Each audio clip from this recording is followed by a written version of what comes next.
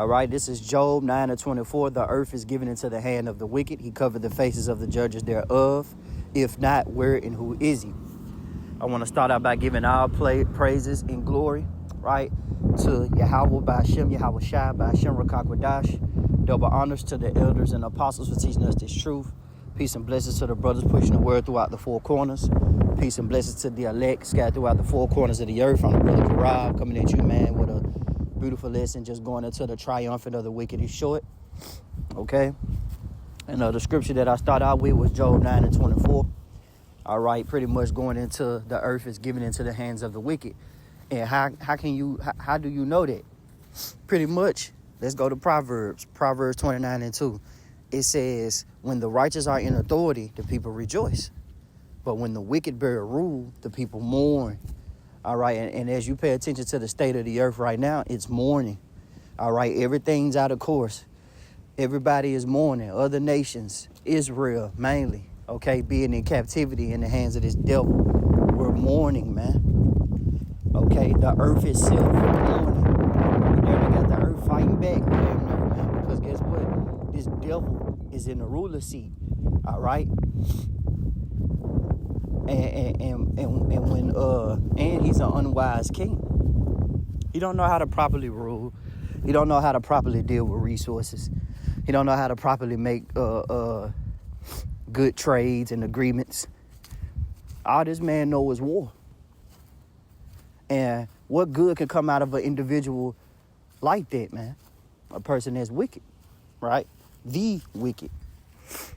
Okay, let's go to Malachi, the first chapter. All right.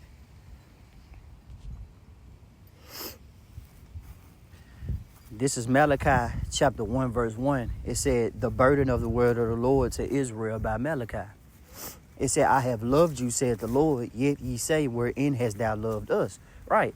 And because our people don't think that the Lord loved them because of the poor conditions that we're in, man. But that's a part of prophecy. That's a part of the curses. The Lord said it shall come to pass. We should go to our enemy for the want and need of all things, man. You know? Bag full of holes. First one's fired, last one's hired. You know? We have a seal on us pertaining to these curses, man. You see? But it tells you that our iniquity is accomplished, you know, in Lamentations. It tells you, all right, the Lord let us know in these precepts that, hey, that's going to eventually come to an end. And in the end, all Israel is going to be saved and we're going to rejoice because guess what? Righteousness will be put back in the earth again. But before all that, we got to go through Jacob's trouble. We got to go through, we got to go pretty much through these prophecies, man. All right. Because in the kingdom, in the spirit world, we already won. We just got to, everything that's played out in the spirit world, got to play out on earth. Because the spirit world is not on earth timing. All right. This timing in the spirit world and the timing in the earth is two different times. You see? So everything has to play itself out, man. And the Lord is just being fair. He got to let the wicked have his time, because when that wicked man fall, it's going to be a great fall. Okay, so let's go back into Malachi 1:2. I have loved you, said the Lord, yet ye say, wherein hast thou loved us? Was not Esau Jacob's brother, said the Lord, and yet I love Jacob. And Jacob being you Israelites, you Negroes, Latinos, Native Americans, and Indians. All right, like the scriptures say, if the world was made for our sake, why do we not possess it? But guess what? That's going to come to pass. We're going to possess this world. We're going to possess the earth, man. We're going to be back on top again, man. Because this was made for us. This wasn't made for no unwise king, no devil. This wasn't made for Esau. Lord, when did we get that in Genesis? Because in Genesis, the Lord said, by thy sword thou shalt live. That's a killing instrument. That means the only way he can talk, the only way only thing that he understands is death. That's an unwise person, man. You see? That's a prideful individual, and the Lord don't deal with nobody like that. That's how you know Esau, man. Hey, that's why I can't wait till he get destroyed, man. Him and his nation, man. His nephews, his sons, everything, man. because they destroying the earth and they're still trying to pursue their brother Jacob with the sword, man. Back in Malachi 1 and 4, it says, 1 and 3, Salakia. It said, I hated Esau and laid his mountains and his heritage waste for the dragon of the wilderness. Pretty much the Lord has sealed the fate of the Edomites. Because when you read in the Compact Bible Dictionary, it tells you that they're the only relatives of the Israelites who pretty much will not receive mercy, man. Okay? And Babylon is a save for great future judgments. You see? The Lord is not playing with Esau, man. When the Lord said that he'll drink that cup, hey, the Lord not playing. He really going to drink that cup. And he's going to drink it double. To the point where it will be no remembrance. He will be annihilated. Okay? So the Lord already got the fate of Esau sealed. Okay? Of these Edomites, these self-proclaimed white people. He got their fate sealed. Malachi 1 and 4. Whereas Edom said, we are impoverished, but we will return and build the desolate places. And what does that mean? All right. What does that mean? We are impoverished, but we will return and build the desolate places. Let's go to Revelations, the 20th chapter. Because that's prophecy. It said, and I saw an angel come down from heaven having the key to the bottomless pit. The bottomless pit is Europe. All right. And the reason why it's called the bottomless pit, because it doesn't yield any fruit. It's a dead man's land. You see what I'm saying? When it comes to resources, like any other country and state, you know, they can grow resources, but Europe don't do that, man. You see? And it make me think of the prophecy where the Lord was talking to Cain, saying the earth would not yield unto you, you know? Letting you know, man, that, hey, this talking about Esau, the Edomites. And it said a great chain in his hand. That chain going into slavery, man. All right. And it said he lay hold on the dragon. Pretty much just going into the time where the Roman Empire fell, the 1,000-year period from 500 AD to 1,000 AD to 1,500 AD. All right, 1,500 AD to correctly say that. All right, and if you look that up, how long is that? That it's gonna clearly say that's 1,000-year period. All right, and that was the year where the Edomites pretty much they couldn't do nothing, man. They couldn't reign havoc on the earth yet. They couldn't perform their wickedness, their true desires, because during that time was considered the Dark Ages, during the time of the Moor period, where you had the Israelites ruling during that time. You see? And it said, and lay hold on the dragon, that old serpent, which is the devil and Satan. All right. And these are the characteristics, right? The names for one person, one individual. All right. The physical demon Satan, Esau, Edom. Because we have a spiritual demon Satan, but you have a physical counterpart on the earth, raining havoc as we speak right now, man, being diabolical. Okay. And it said, and bound him 1,000 years. And cast him into the bottomless pit, shut him up, and set a seal upon him, that he should not deceive the nations no more. And it pretty much backs up what I was saying. Pretty much, man, that the Lord was holding Esau, Edom back, man. All right? He was holding them back. Cave dwellers, right? Pretty much, man, hey, they was the real cavemen, man. And you can read about that in the histories. And it said until the 1,000 years should be fulfilled, right? And after that 1,000-year period, that's called the rebirth. Okay? During the Renaissance period. All right? Where you had Leonardo da Vinci, Michelangelo. All right? Where during that period, they was changing, iconoclasm, all right? They was changing the images, all right? They knew the Lord was a dark-skinned man, but they changed it and put Sergio Ray Bourgier, you know. Then you know that man didn't waste no time. And it said after that, he must be loose a little season. And then you jump down to verse 7 and say, when 1,000 years are expired, Satan should be loosed out of his prison and shall go out to deceive the nations which are in the four quarters of the earth.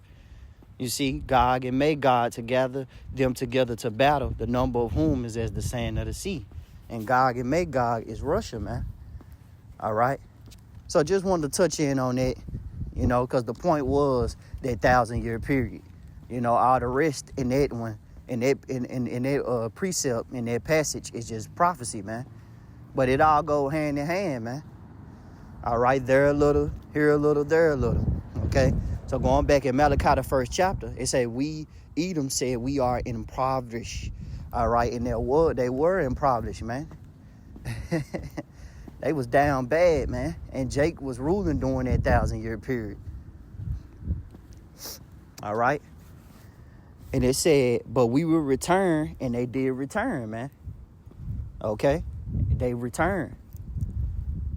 After 1500 AD, they returned, man. And they reigned havoc, man. All right. Establishing their empire, rebirth. And then guess what? In the midst of him doing that, he still pursued his brother with the sword, man. The hatred never left. And they should build. But like they say, it said back in Malachi 1 and 4, not to get off track, whereas Edom said, we are impoverished, but we will return and build the desolate places. Thus said the Lord of hosts, they should build, but I will throw down. They shall call them the border of wickedness, the people against whom the Lord have indignation forever. All right. So they are the foundation. When you go into that term border goes into a foundation. Okay. They the head of wickedness. And you see that in the earth, man. Okay. You see that in the earth. People, like I said, the people are mourning, right? Let's get Isaiah, the 34th chapter.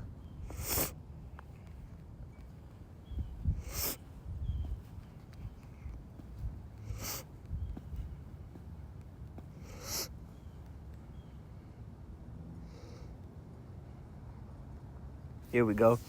This is Isaiah 34. And I'm gonna start at 4. It say, and all the host of heaven shall be dissolved, and the heavens shall be rolled together as a scroll. What is that talking about? It's talking about the nuclear missiles. All right. From that blast radius. You know, when you see the missile hit, it's like it rolls together like a scroll, man. All right, that's future prophecy that's going to happen.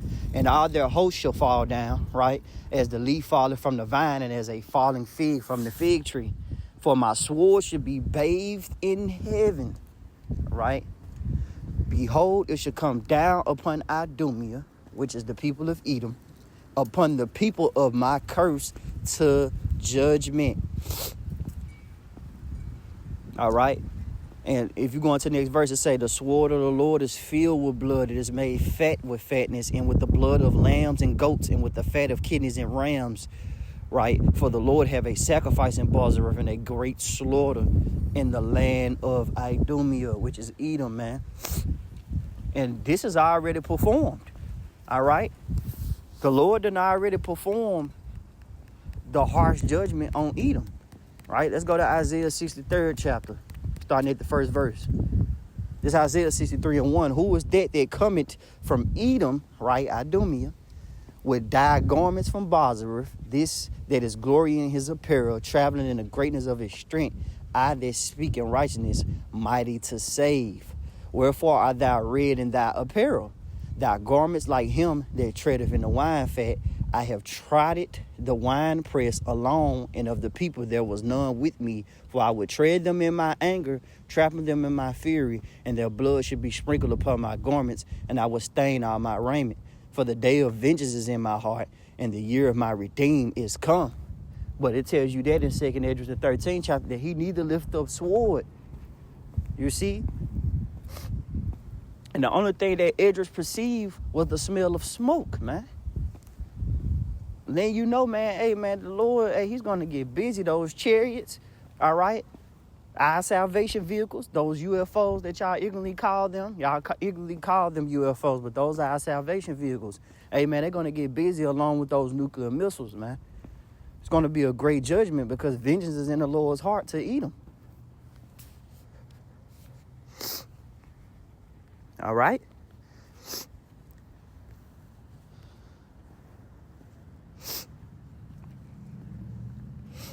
This is Psalms 82:5. It says, they know not, neither will they understand. They walk on in darkness. All the foundations of the earth are out of course. Yes, man. As I said earlier at the beginning of the lesson, everything is out of course. Everything is out of order. All right? And the Lord is angry. That's why the Lord has vengeance in his heart. Not only is he destroying his people, but he also destroying the Lord's creation, man. Perversing it, mixing genes together. Got you know, mixing making animals mate with the same sex by injecting them with Dexter laboratory ingredients and shit in the labs and shit, man. Running tests. You know, this is a madman, man. We in the hands of a madman. But the Lord is gonna do away with this madman, man. You see? This is Zephaniah 3:8. Therefore, wait ye upon me, said the Lord, until the day that I rise up to the prey. For my determinations is to gather the nations, that I may assemble the kingdoms, to pour upon them my indignation, even all my fierce anger, for all the earth shall be devoured with the fire of my jealousy. You see? Because the great prey is Esau, Edom. The great antagonist in the earth is Esau, Edom, man. The protagonist will be Jacob, because like the scriptures say, Esau is the end of the world and Jacob is the beginning of it, that followers, that is stamped. But how Esau is going to go down, man, he's going to go down like no other. You know? He's going to go down like no other, man. All right? Thus said the Lord, thus said the Bible. This is Psalms 91:8. Only with thy eyes shall thou behold and see the reward of the wicked. Okay? Only with our eyes, man. We're going to see our enemy fall, bro. That's going to be a beautiful sight. You know? That's a great reward. This is Psalms 58. We're going to go to verse 10. The righteous shall rejoice when he seeth the vengeance, and he shall wash his feet in the blood of the wicked. So that a man shall say, verily there is a reward for the righteous. Verily, he is a power that judgeth in the earth, man. See, we're going to rejoice, man. When we see our enemy fall, we're going to rejoice. The Lord said, man, hey, my sword should be bathed in heaven, man. And it should come down upon Idumea. You know, Idumea. This man, hey, he's got a judgment coming for him and he don't even know it. He can't even see it. But that's prophecy. Because the Lord said the deceive and the deceiver are his, man. All right, the one that's being deceived and the one that's doing the deceiving are the Lord's, man. Nobody is moving outside of prophecy. And it said the righteous shall rejoice when he seeth the vengeance, and he shall wash his feet in the blood of the wicked, man. That's going to be a beautiful time. That's going to be a beautiful time, man. This is Sirach 10:1. A wise judge will instruct his people. The government of a prudent man is well ordered. And a prudent man looketh well to his going, man. All right, a man with wisdom. It said a wise judge. They let you know, man, that the judge that's currently in the ruler seat is not wise. It said the earth is given into the hands of the wicked. So they currently are the judges, and they doing a horrible job, man. They making unrighteous decrees. You see? Sirach 10:2. As the judge of the people is himself, so are his officers. And what manner, right? Because manner and goes into conduct of man. The ruler of the city is, such are all they that dwell therein. Esau's a perverse, diabolical individual. So guess what? Everybody that's currently under him has the same behavior. Or say the fool have said in his heart there is no power. Why is that? Because Esau don't believe in the Most High. Esau is an ultimate atheist. Esau is a godless and perverse individual. He's the face of pride in its truest form. In human form. You know, that's why the Lord is going to deal with this man. This is Sirach 10:3. An unwise king destroyeth his people, but through the prudence of them which are in authority, the city shall be inhabited. Here it is. We paying for resources. We paying for water. We paying for things that we need to survive. We got to pay for. And then we be in debt. And then we got credit scores and shit. Then we walking on concrete. You know, this man don't know how to properly rule, man. He don't know what a kingdom really is. He know what a prison is. He know how to make your life a living hell. But as far as doing anything good, he don't do that.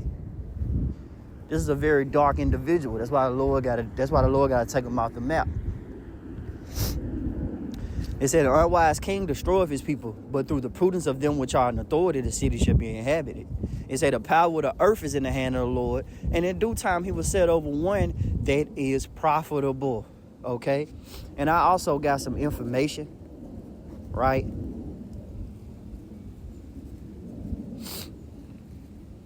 Which I'm going to go into.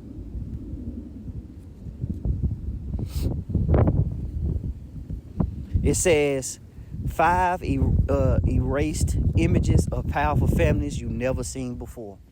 Okay? It says the Rothschild, 19th century to 20th century, Europe. The family that rewired Europe's banking system. That bottomless pit. In one photo from the late 1800s, Rothschild men stand around gold ledgers that determined the fate of entire kingdoms. Their influence was so large that newspapers called them the bankers of kings. This image reveals the dynasty before secrecy became their armor.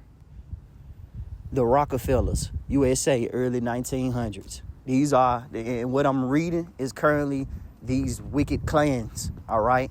These wicked clans, okay? And clans always been around. It say one photograph shows John D. Rockefeller walking through his oil empire. The moment of America realized one man controlled 90% of U.S. oil. Behind that smile was a monopoly that Congress had to break by force. A family portrait of the Rockefeller isn't just a picture, it's the face of the first modern corporate dynasty. It say the Saud dynasty. It say in a rare early photo, Ibn Saud stands beside American oil negotiators the moment the world's largest oil deal was born. This handshake created the petrodollar, reshaped global politics, and made the House of Saud one of the most powerful families in the modern history. A single image that changed world economics forever. See, Esau control everything, man. You know, and he's running it in the ground. All right? That's why I say the first should be last and the last should be first. We're last in his kingdom. You see?